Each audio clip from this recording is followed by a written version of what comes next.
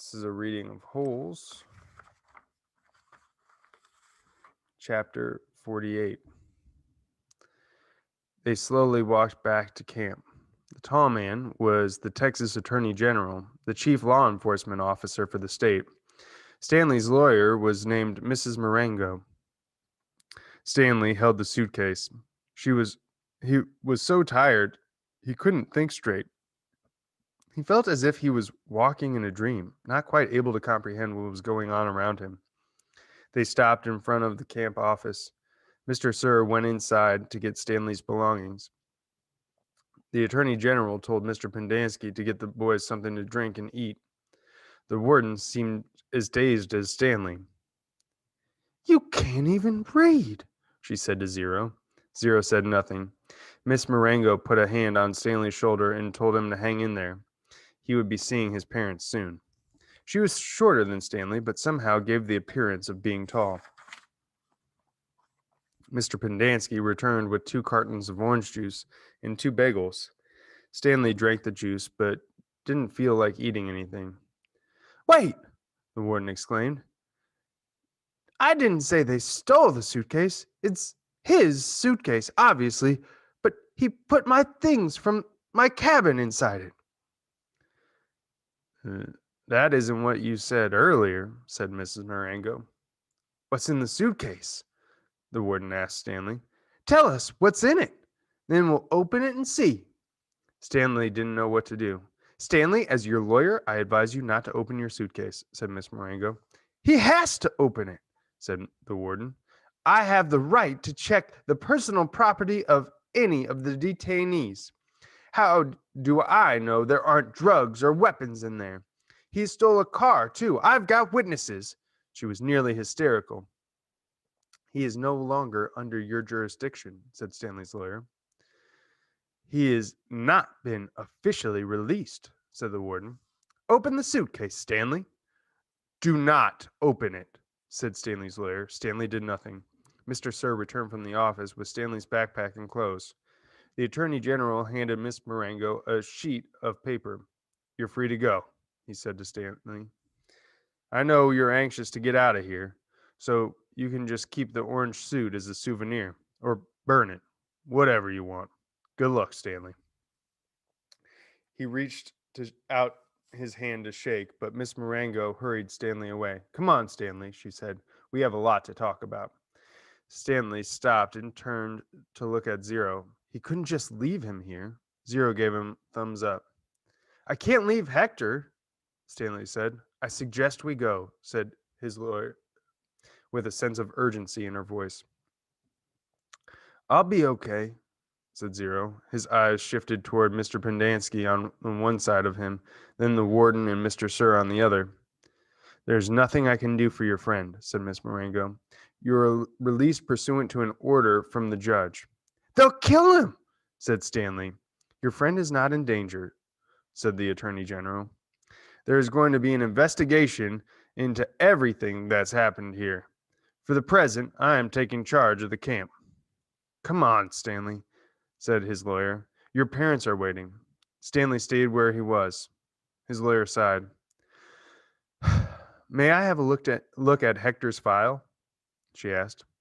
"Certainly," said the Attorney General. "Miss Walker, go get Hector's file." She looked at him blankly. "Well?" The warden turned to Mr. Pendanski. "Bring me Hector Zeroni's file." He stared at her. "Get it," she ordered. Mr. Pendanski went into the office. He returned a few minutes later and announced that the file was apparently misplaced. The Attorney General was outraged. "What kind of a camp are you running here, Miss Walker?" The warden said nothing. She stared at the suitcase. The Attorney General assured Stanley's lawyer that he would get the records. "Excuse me while I call my office." He turned back to the warden. "I assume the phone works?" He walked into the camp office, slamming the door behind him. A little while later, he reappeared and told the warden he wanted to talk to her. She cursed, then went inside. Stanley gave Zero the thumbs up. "Caveman, is that you?" He turned to see Armpit and Squid coming out of the rec room. Squid shouted back into the rec room, Caveman and Zero are out here. Soon all the boys from Group D gathered around him and Zero. Good to see you, man, Armpit said, shaking his hand. We thought you were buzzard food. Stanley is being released today, said Mr. Pendanski. Way to go, said Magnet, hitting him on the shoulder. And you didn't even have to step on a rattlesnake, said Squid. Even Zigzag shook Stanley's hand. Sorry about, it's cool, said Stanley. We had to lift the truck clear out of the hole, Zigzag told him. Took everybody in C, D, and E. We just picked it right up. It was really cool, said Twitch. X-Ray was the only one who didn't come over. Stanley saw him hang back behind the others a moment, then return to the rec room. Guess what? Said Magnet, glancing at Mr. Pendanski. Mom says we don't have to dig any more holes. That's great, Stanley said. Will you do me a favor? Asked Squid. I guess, Stanley agreed, somewhat hesitantly. I want you to... He turned to Miss Marengo. Hey, lady, you have a pen and paper I can borrow? She gave it to him, and Squid wrote down a phone number, which he gave to Stanley. Call my mom for me, okay?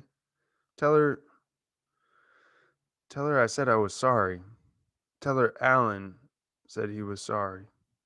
Stanley promised he would.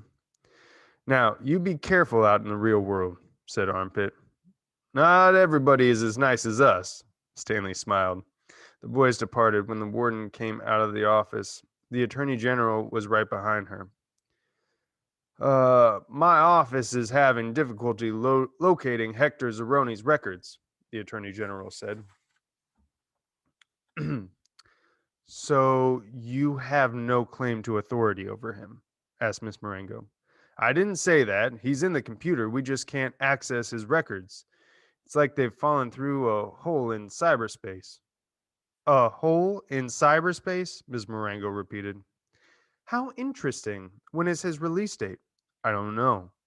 How long has he been here? Like I said, we can't. So, what are you planning to do with him? Keep him confined indefinitely without justification while you go crawling through black holes in cyberspace? The attorney general stared at her. He was obviously incarcerated for a reason. Oh, and what reason was that? The attorney general said nothing. Stanley's lawyer took hold of Zero's hand. Come on, Hector, you're coming with us.